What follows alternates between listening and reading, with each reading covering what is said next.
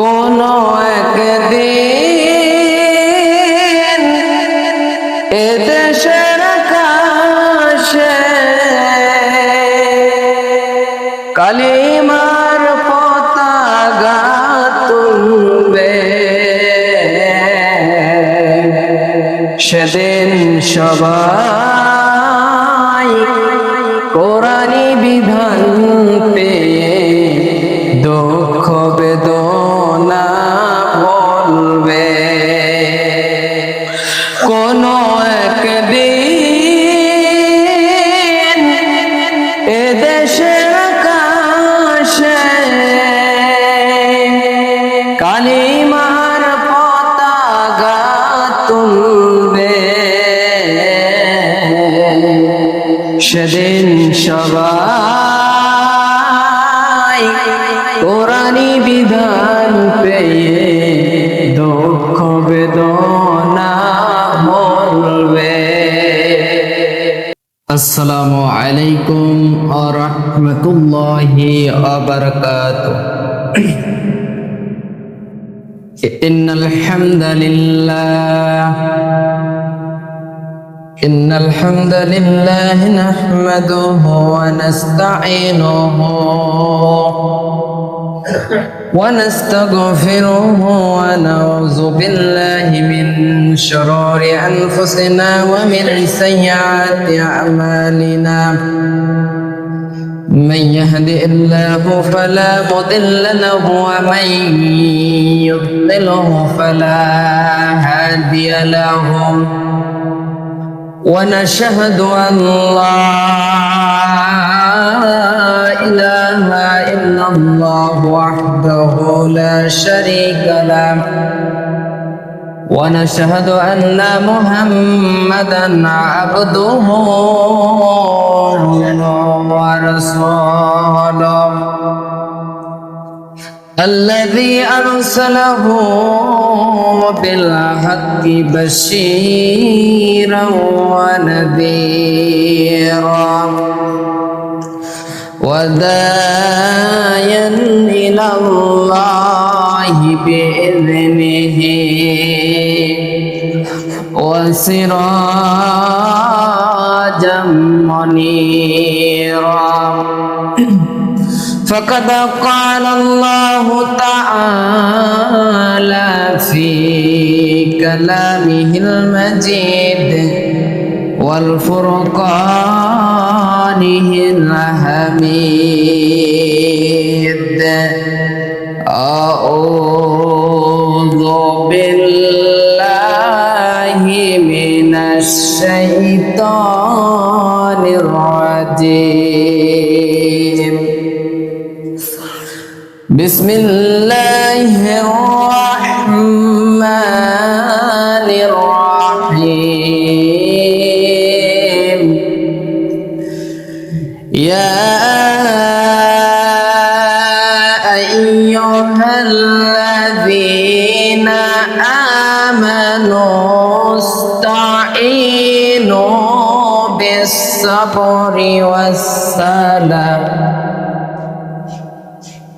إن الله مع الصابرين. ولا تكونوا لمن يقتل في سبيل الله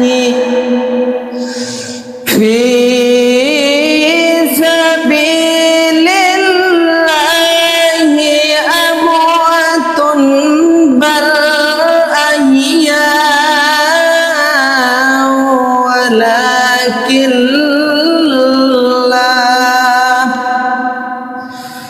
ولكن لا تشعرون.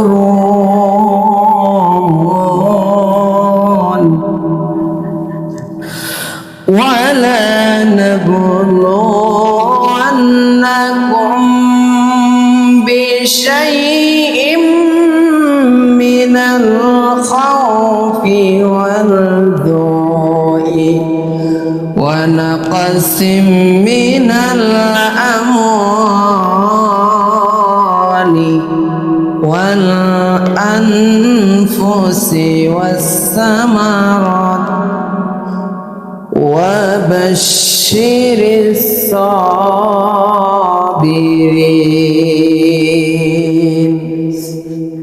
صدق الله العظيم কোনো একদিন এদেশের আকাশে কালিমার পতাকা তুলবে, সেদিন সবাই কোরআনি বিধান পেয়ে দুঃখ বেদনা ভুলবে। কোনো একদিন এদেশের আকাশে কালিমার পতাকা তুলবে, সেদিন সবাই কোরআনি বিধান পেয়ে দুঃখ বেদনা ভুলবে। একাকী নিরমণীরা নির্জন পথে যাবে, কোনো জন কটু কথা কবে না, কোনো দিন পথে ঘাটে সম্পদের মহি খুনার রাহাজানি রবে না। আলহামদুলিল্লাহ, সমস্ত তারিখ ও প্রশংসা শুকরিয়া সেই মহান আল্লাহ সুবহানাহু ওয়া তাআলা, যে আল্লাহ পাক আমাদেরকে দয়া করে মায়া করে একটি সপ্তাহ পর পবিত্র ইয়াউমুল জুমা জুমার নামাজ আদায় করার জন্য আছাড় এবং বসার যে সুযোগ দান করে দিলেন আল্লাহ পাক, সেই মহান মাবুদের দরবারে শুকরিয়া আদায় করে সকালে বলে আলহামদুলিল্লাহ। আরো লাখো কোটি দুরূদ ও সালাম বর্ষিত হোক বিশ্ব মানবতার মহান নায়ক, জাতির শ্রেষ্ঠ সন্তান বিশ্ব নবী জনাবি মুহাম্মদুর রাসূলুল্লাহ, সবাই বলি সাল্লাল্লাহু আলাইহি ওয়াসাল্লাম।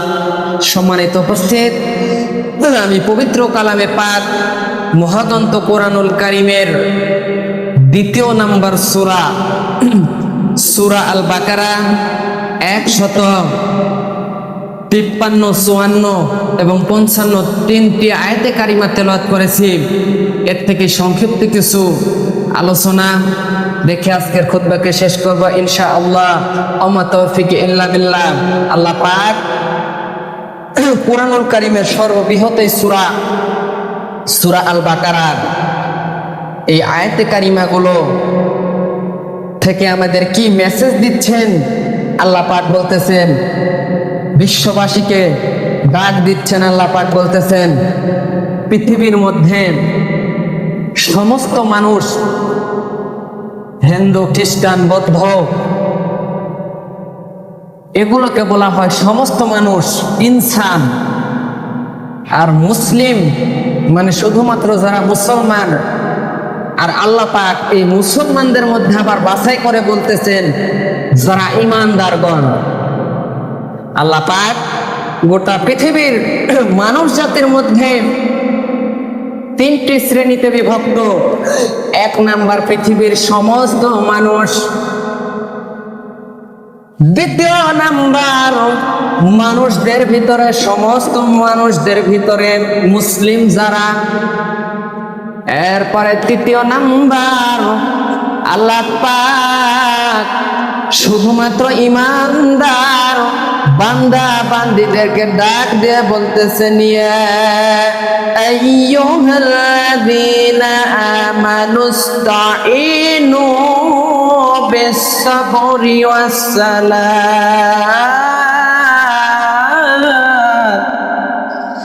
আল্লাহ পাক বলতেছেন, হে ঈমানদারগণ, তোমরা ধৈর্য ও নামাজের মাধ্যমে আমি আল্লাহর সাহায্য কামনা করো। নিশ্চয় আমি আল্লাহ ধৈর্যশীলদের সাথে আছি। সুবহানাল্লাহ।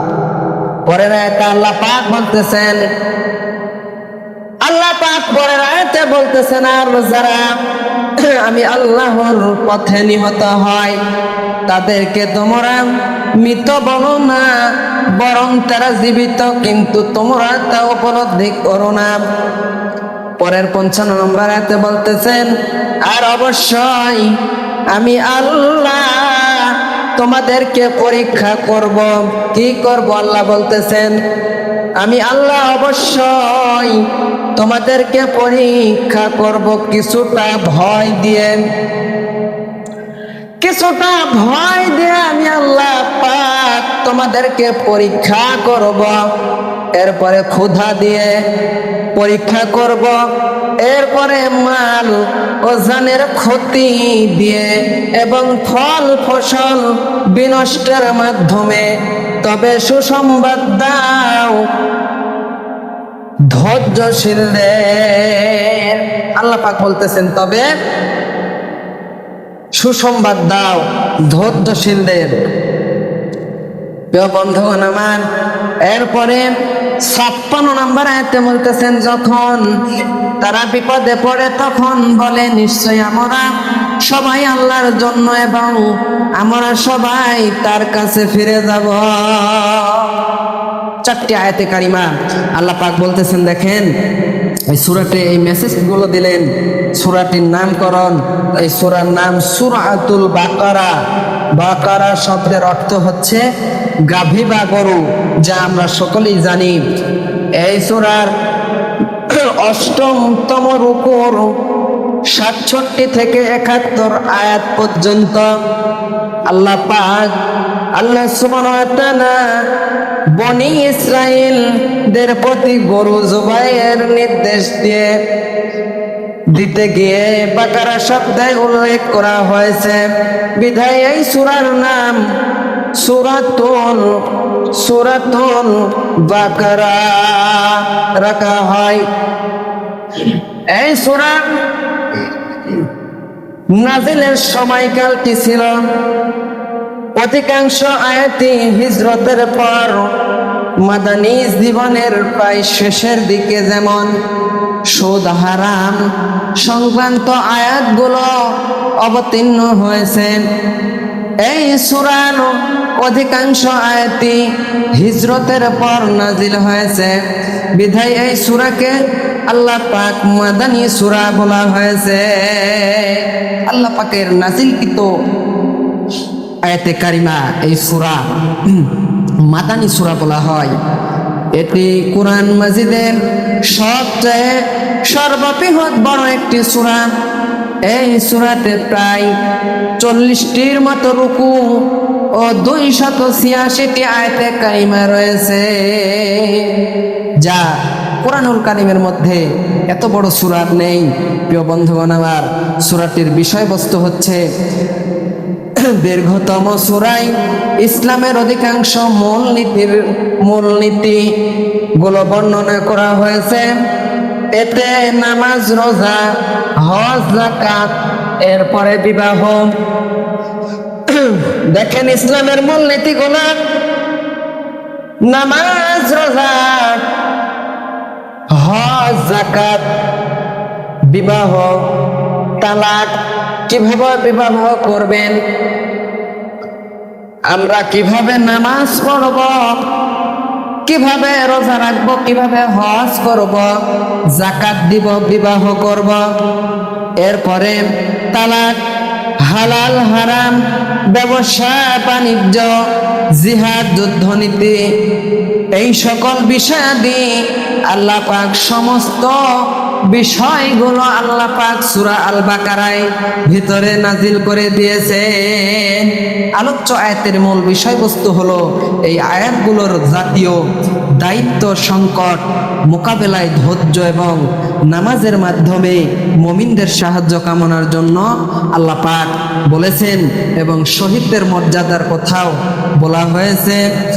আর যখন মুমিনদের বিভিন্নভাবে পরীক্ষা করা হবে তখন তারা ধৈর্য ধারণ করে আল্লাহকে স্মরণ করবে, সে কোথাও এই সূরার ভিতরে রয়েছে বা এই আয়াতে কারিমার মধ্যে রয়েছে। প্রিয় বন্ধুগণ আমার, আলোচ্য আয়াতগুলো হিজরতের 16 মাস পরে চূড়ান্তভাবে কিবলা পরিবর্তনের নির্দেশের পরেই অবতীর্ণ হয়েছে। আমাদের প্রথম কিবলা ছিল মসজিদুল আকসা,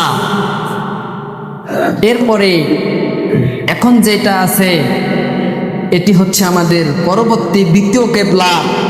প্রিয় বন্ধুগণ আমার, আয়াতের ব্যাখ্যার দিকে লক্ষ্য করলেন আল্লাহ পাক পৃথিবীর মানব জাতির মধ্যে বাছাই করে মুসলিমদের পরে যারা ইমানদার, মুসলিমদের ভিতরে যারা মুমিন, তাদেরকে আল্লাহ পাক তার ভাষায় ডাক দিয়ে বলতেছেন, ইয়া আইয়ুহাল্লাযীনা আমানুস্তাঈনু বিস-সাবরি ওয়াস-সালাত।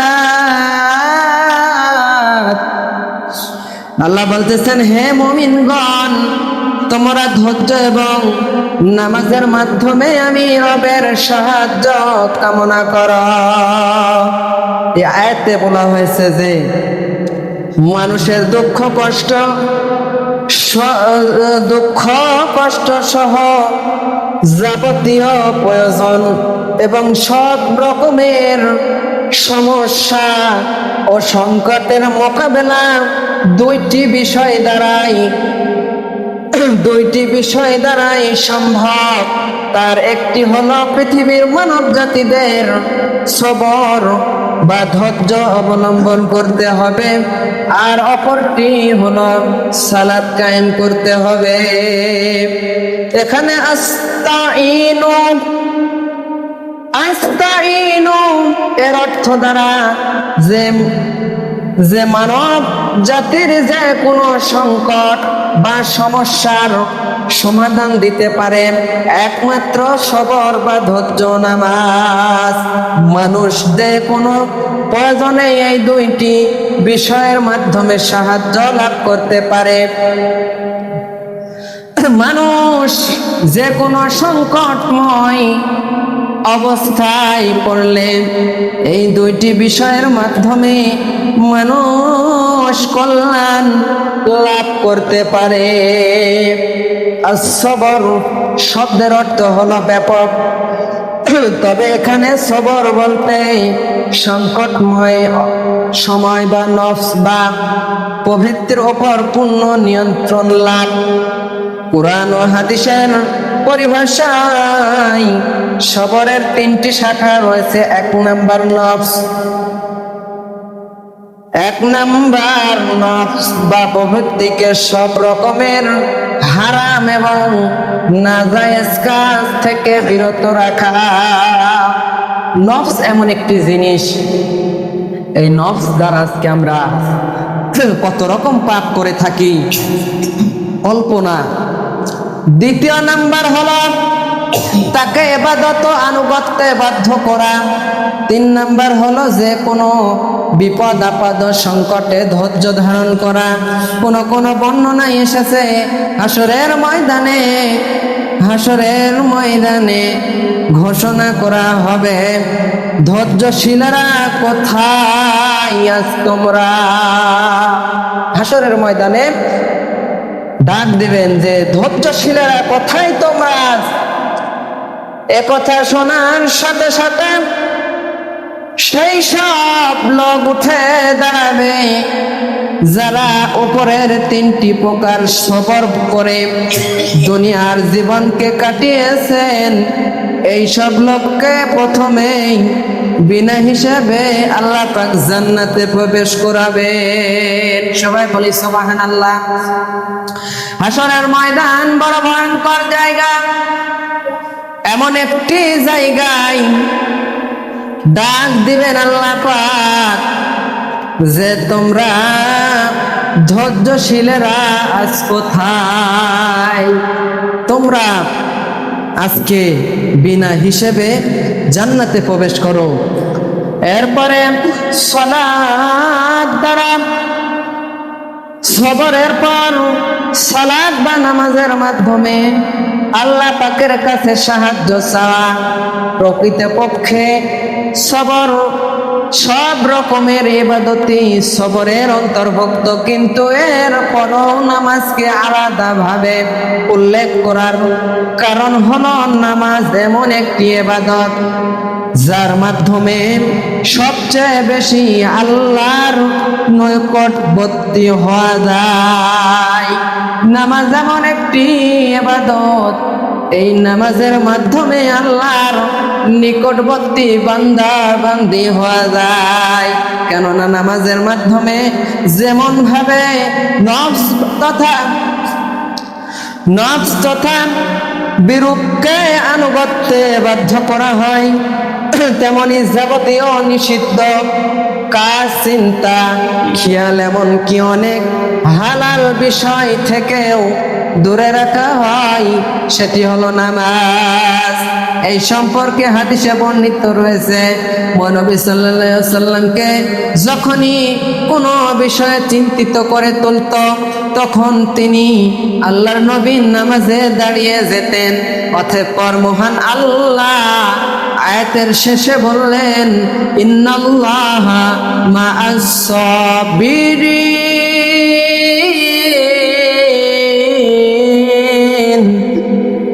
আল্লাহ আয়াতের শেষে বললেন, অবশ্যই আমি আল্লাহ সবরকারী বান্দা বান্দীদের সাথে আছি। নামাজ ও সবরের মাধ্যমে যাবতীয় সমস্যা ও সংকটের প্রতিকার হওয়ার কারণ হলো এই যে এই দুইটি পথেই সবচেয়ে বেশি আল্লাহর নৈকট্য লাভ করা যায়। এই দুইটি পথেই শুধুমাত্র আল্লাহর নৈকট্য লাভ করা যায়।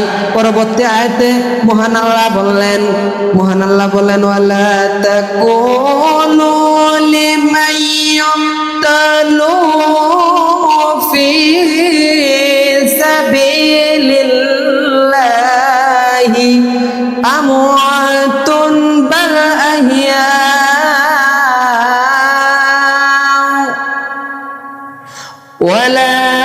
ওয়ালাকিন লা তাশউরুন।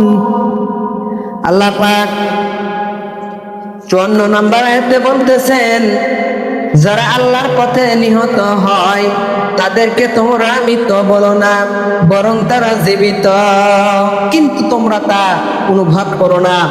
যারা আল্লাহর পথে নিহত হয় বা শহীদ হয় তাদেরকে আল্লাহ তাআলা জীবিত বলে উল্লেখ করেছেন। তার প্রমাণ উভয় জগৎ থেকেই পাওয়া যায়। দুনিয়াতে অমর থাকে, তার নাম চিরদিন জাতির লোকদের দিলে স্মরণ রাখার মাধ্যমে দুনিয়াতে আল্লাহ তাআলা তাকে জীবিত রাখেন।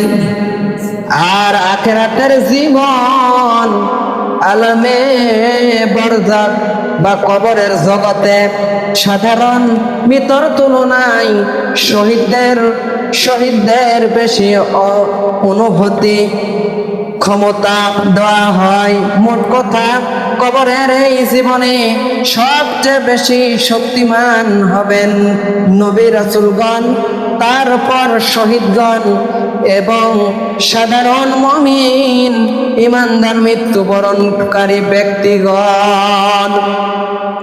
প্রিয় বন্ধুগণ আমার, এরপরে আল্লাহ পাক সূরা আল ইমরানে বলতেছেন, যারা আল্লাহর পথে নিহত হয় তাদেরকে তোমরা কখনো মৃত মনে করো না, বরং তারা জীবিত, আর তারা তাদের প্রতিপালকের নিকট থেকে রিজিক পেয়ে থাকে। ওয়ালাকিন লা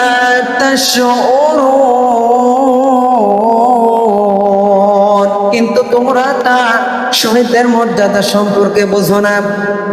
যেহেতু বারজাখ বা কবরের জীবন, বারজাখ বা কবরের অবস্থা মানুষের সাধারণ দ্বারা অনুভব করা যায় না, সেহেতু আল কোরআনে শহীদদের সে জীবন সম্পর্কেও তোমরা উপলব্ধি করতে পারো না বলা হয়েছে। একথাই হলো যে শহীদদের যে কবরের জীবন সম্পর্কে অনুভব করার মতো অনুভূতি ক্ষমতা পৃথিবীবাসীদের নেই। প্রিয় বন্ধুগণ, আমার সময় শেষের দিকে, প্রিয় বন্ধুগণ, আমি অবশ্যই তোমাদেরকে দুশ্মনদের দ্বারা কিছু কিছু ভয় দেখিয়ে ক্ষুধা অনাহার এবং জানমালের ক্ষতি দিয়ে এবং ফল ফসল বিনষ্টের মাধ্যমে পরীক্ষা করব। প্রকৃতপক্ষে মানুষ দুনিয়াতে যে সব জিনিসকে বেশি মহব্বত করে থাকে, যে সব জিনিসের ক্ষতি ঘটাবেন একমাত্র ইমানের পরীক্ষার জন্য। অর্থাৎ এই পৃথিবীতে মানুষ হতে পারে গরিব মানুষ, হতে পারে একজন রিক্সাওয়ালা। যদি সন্তান অসুস্থ হয়, রিক্সাওয়ালার সর্বস্ত চেষ্টা থাকে সন্তানকে কিভাবে বাঁচানো যায়। রিক্সা বিক্রি করে যদি বাচ্চাটিকে না কুলাতে পারে, বাড়ির ভিটাটুকু বিক্রি করে দেয় শুধুমাত্র সন্তানকে বাঁচানোর জন্য। এত মায়া মোহাব্বত আল্লাহ পাক মানুষদের আমাদের মাঝে দিয়েছেন। পিতা তার ছেলের জন্য সবটুকু উজাড় করে দিয়ে চেষ্টা করে তার চিকিৎসার জন্য। প্রিয় বন্ধুগণ আমার, এরপরে আল্লাহ পাক বলতেছেন ওয়াবাশশিরিস সাবিরিন,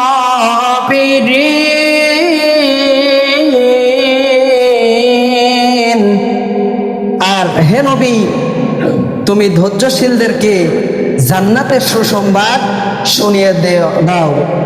আল্লাহ তাআলা এইসব অবিচল অটল ধৈর্যশীল লোকদেরকে এই বাক্য দ্বারা সুসংবাদ দানের কথা বিশ্ব নবীকে আল্লাহ পাক বলেছেন ওয়াবাশশিরিস সাবিরিন। সর্বশেষ আয়াতে মহান আল্লাহ বললেন আল্লাযীনা ইযা আসাবাতুহুম মুসিবাত ক্বালু ইন্না লিল্লাহি ওয়া ইন্না ইলাইহি রাজিউন। আর এই সুসংবাদ এমন সব ধৈর্যশীলদের জন্য যখন তাদের সামনে কোনো বিপদ আসে কিংবা মুসিবতে পড়ে, তখন তারা বলে আমরা তো আল্লাহর জন্য এবং আমাদেরকে সেই আল্লাহর কাছে শেষ পর্যন্ত ফিরে যেতে হবে, আল্লাহর কাছে আমাদেরকে ফিরে যেতে হবে। অর্থাৎ ক্ষণস্থায়ী দুনিয়ায় আমরা চিরদিন থাকব না, আজ হোক কাল হোক, শেষ পর্যন্ত আমাদের সবাইকে তার কাছে ফিরে যেতে হবে। কার কাছে? সে আল্লাহর কাছে। আল্লাহ অন্য আয়াতে বললেন সুম্মা ইলাইহি তুরজাউন, অতঃপর তোমরা তার কাছে আবার ফিরে যাবে। অর্থাৎ আমরা যেখানেই থাকি না কেন সেই আল্লাহর কাছেই আমাদেরকে আবার সুম্মা ইলাইহি তুরজাউন ফিরে যেতে হবে। সুতরাং তার কাছে এবং তারই পথে জীবন দান করে তার কাছে ফিরে যাওয়াটা কি বুদ্ধিমানের কাজ নয়? আমরা বরং তার সে আল্লাহর পথে পান যাওয়াটা কি বুদ্ধিমানের কাজ নয় কি? তাছাড়াও এই আয়াতে কোথাও বলা হয়েছে যে তারা যেমন অন্তরের অনুভূতিতে এ কথাকে স্মরণ করে, তেমনি ভাবে যখনই তারা কোনো বিপদ মুসিবত এবং দুঃখ কষ্টে পড়ে তখনই তারা বলে ওঠে ইন্না লিল্লাহি ওয়া ইন্না ইলাইহি রাজিউন। এতে যেমন আল্লাহকে স্মরণ করা হয় তেমনই মনের মধ্যে সবর এসে যায় এবং সওয়াব পাওয়া যায়। প্রিয় বন্ধুগণ আমার, গত 2 দিন হলো রাজশাহীর তানোরে সাদিদ বলে একটি ছেলে, 2 বছরের শিশু, আমরা অনেকেই দেখেছি যে পাইপের ভিতরে যে ইন্তিকাল করলেন। আল্লাহ পাক তার পরিবার এবং আমাদের সবাইকে ধৈর্য ধরার মতো তৌফিক যেন দান করে এবং আমাদের সকলকে তুমি তোমার কোরআন হাদিস মেনে যেন জীবনযাপন করতে পারি সেই তৌফিক দান করো। সবাই বলে আল্লাহুম্মা আমিন। আজকের আলোচনার মূল 5টি পয়েন্ট। 1 নাম্বার হলো সামাজিক ও জাতীয় দায়িত্ব পালন করতে গিয়ে আল কোরআনের আইন বিরোধী শক্তির দ্বারা যত ধরনের বাধা বিপত্তিতে আসুক না কেন তা ধৈর্য এবং সহিংসতার নামাজের মাধ্যমে মোকাবেলা করতে হবে। 2 নাম্বার হলো ইসলামী আন্দোলন করার কারণে পারিবারিক ও সামাজিক বিপদ আপদ মুসিবত যে কোনো অবস্থায় সবর বা ধৈর্যের মাধ্যমে আল্লাহর কাছে সাহায্য কামনা করা। 3 নাম্বার হলো কোনো বিপদ হলে বা দুঃখ কষ্ট পড়লে সাথে সাথে ইন্না লিল্লাহ ওয়া ইন্না ইলাইহি রাজিউন। শুধুমাত্র মানুষ মারা গেলেই নয়, উসব লাগলো, খারাপ সংবাদ যে কোনো মুহূর্তে পড়তে পারবেন। 4 নাম্বার পয়েন্ট হলো যেহেতু মৃত্যুর পর সকলকেই আল্লাহর দরবারে ফিরে যেতে হবে, সেই জন্য মৃত্যুর ভয় না করে আল্লাহর পথে নিহত হতে হবে। 5 নাম্বার হলো আমাদের সকলকে মুমিন মুত্তাকি পরহেজগার সলেহীন বান্দাবান্দি হয়ে নামাজের মাধ্যমে নামাজ এবং ধৈর্যের মাধ্যমে আমাদের জীবনকে অতিবাহিত করতে হবে। এই সকল অবস্থা আল্লাহ পাক আমাদের সকলকে তুমি কবুল করে নিও এবং আমাদের সকলকে তুমি 5 ওয়াক্ত পাক্কা ইমানদার মুত্তাকি পরহেজগার সলেহীন বান্দা বান্দি হিসেবে কবুল করে নিও। সবাই বলি আমি আল্লাহুম্মা আমিন। বারাকাল্লাহু লাকুম ফিল কোরআনিল আযীম ফাইন্নাহু তাআলা জাতুল কারীম মালিকুম বাররাউফুর রহিম। আলহামদুলিল্লাহ নাহমাদুহু ওয়া নুসাল্লি আলা রাসূলিহিল কারীম। আম্মা বা'দু ফা ইন্না খায়রাল হাদিসি কিতাবুল্লাহ ওয়া খায়রাল হাদি মুহাম্মাদিন ওয়া শাররাল উমুরি মুহদাসাতুহা ওয়া কুল্লু বিদআতিন জালালাতুন ফিন্নার। আউযু বিল্লাহি মিনাশ শাইতানির রাজীম। বিসমিল্লাহির রাহমানির রহিম। ইন্নাল্লাহা ওয়া মালাইকাতাহু ইউসাল্লুনা আলান নবী ইয়া আইয়ুহাল্লাযীনা আমানু সাল্লু আলাইহি ওয়া সাল্লিমু তাসলিমা। আল্লাহুম্মা সাল্লি আলা মুহাম্মাদ ওয়া আলা আলি মুহাম্মাদ কামা সাল্লাইতা আলা ইব্রাহিম ওয়া আলা আলি ইব্রাহিম ইন্নাকা হামিদুম মাজিদ। আল্লাহুম্মা বারিক আলা মুহাম্মাদ ওয়া আলা আলি মুহাম্মাদ কামা বারাকতা আলা ইব্রাহিম ওয়া আলা আলি ইব্রাহিম ইন্নাকা হামিদুম মাজিদ। আল্লাহুম্মা আইদিল ইসলাম ওয়াল মুসলিমিনা আল্লাহুম্মা আহলিক ওয়াল কাফারা ওয়াল মুশরিকিনা ওয়াল ইয়াহুদা ওয়ান নাসারা। ইন্নাল্লাহা ইয়া'মুরু বিল আদলি ওয়াল ইহসান ওয়া ইতাইযিল কুরবা ওয়া ইয়ানহা আনিল ফাহশাই ওয়াল মুনকার ওয়াল বাগি ইয়া'যুকুম লা'আল্লাকুম তাযাক্কারুন। ফাজকুরুনি আযকুরুকুম ওয়াশকুরু লি ওয়া লা তাকফুরুন।